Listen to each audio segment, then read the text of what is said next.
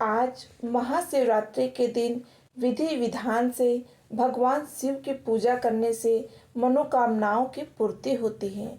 इस साल महाशिवरात्रि 26 फरवरी बुधवार को मनाई जाएगी।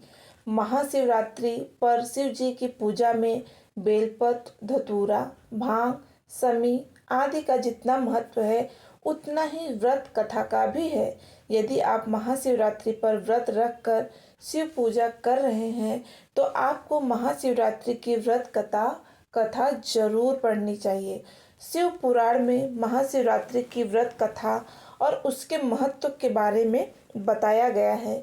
काशी के ज्योतिषाचार्य चक्रपाणी भट्ट से जानते हैं महाशिवरात्रि की व्रत कथा। महाशिवरात्रि की व्रत कथा एक शिकारी चित्रभानु के बारे में है, जिसने अनजाने में शिवरात्रि का व्रत और पूजन किया और उसे अंत में मोक्ष की प्राप्ति हुई। शिव पुराण की कथा के अनुसार एक गांव में चित्रभानु शिकारी रहता था। वह कर्ज के तले दबा हुआ था। कर्ज से उसकी मुक्ति नहीं हो पा रही थी। एक दिन साहूकार आया और उसे पकड़कर एक शिव मठ में कैद कर दिया। उस दिन शिवरात्रि थी। वहां पर चित्रभानु को शिवरात्रि की कथा सुनने को मिली। जब शाम हुई तो चित्रभानु ने उस साहूकार से कहा कि अगर वह उसे छोड़ देता है तो वह अगले दिन उसका कर्ज चुका देगा। उसकी बात पर विश्वास करके साहूकार ने चित्रभानु को छोड़ दिया। शिकारी चित्रभानु पर कर्ज चुकाने का दबाव था, इसलिए वह सीधे जंगल की ओर भागा ताकि कोई शिकार मिल जाए। वह जंगल में एक तालाब के पास पहुंचा, जहां एक बेलपत्र का पेड़ था। उस पेड़ के नीचे ही एक शिवलिंग भी था, जो बेलपत्र से ढक गया था। हालांकि यह बात चित्रभानु को नहीं पता था। वह बेलपत्र के पेड़ पर चढ़ गया और वहां ठिकाना बना लिया। वहां बैठकर वह शिकार की तलाश करने लगा। उसे भूख और प्यास लगी थी। वह बेलपत्र को तोड़ता और नीचे गिरा देता, जो शिवलिंग पर गिर रहा था। इससे अनजाने में उससे शिव जी की पूजा हो गई। कुछ देर बाद एक हिरण आई, जिसके पेट में बच्चा था। वह तालाब में पानी पीने आई थी। चित्रभानु उसका शिकार करने को तैयार था। उस हिरण ने चित्रभानु से कहा कि वह गर्भवती है। यदि उसकी हत्या करते हो तो 2 लोगों की हत्या का पाप लगेगा। यदि तुम जीवन दान दे दो तो बच्चे को जन्म देने के बाद वह तुम्हारे पास शिकार के लिए आ जाएगी।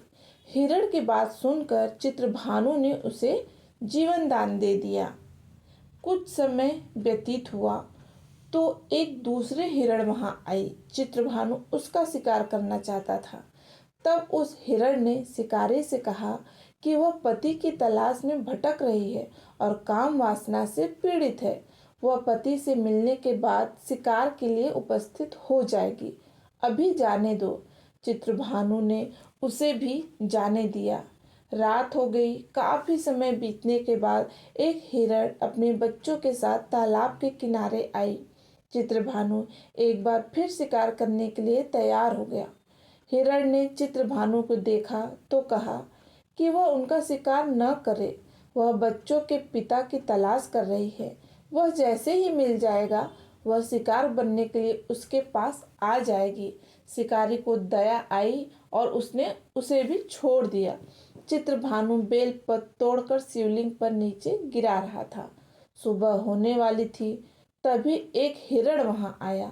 उसने चित्रभानु से पूछा कि क्या तुमने 3 हिरण और उनके बच्चों का शिकार किया है? यदि तुमने उनको मारा है तो मुझे भी मार दो। अगर उनको नहीं मारा है तो मुझे भी जाने दो। उसने आश्वासन दिया कि परिवार से मिलने के बाद वह शिकार के लिए उपस्थित हो जाएगा।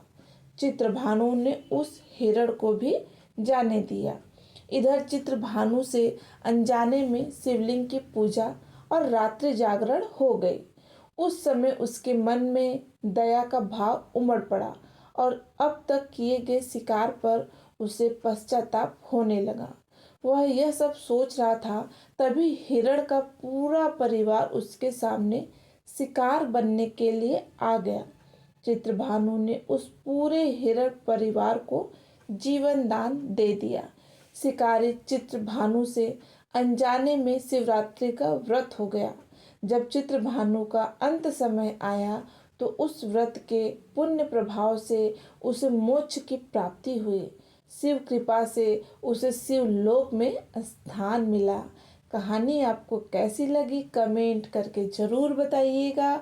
अपने फ्रेंड्स एंड फैमिली के साथ इस वीडियो को शेयर ज़रूर करिएगा और हमारे चैनल को सब्सक्राइब करना ना भूलें।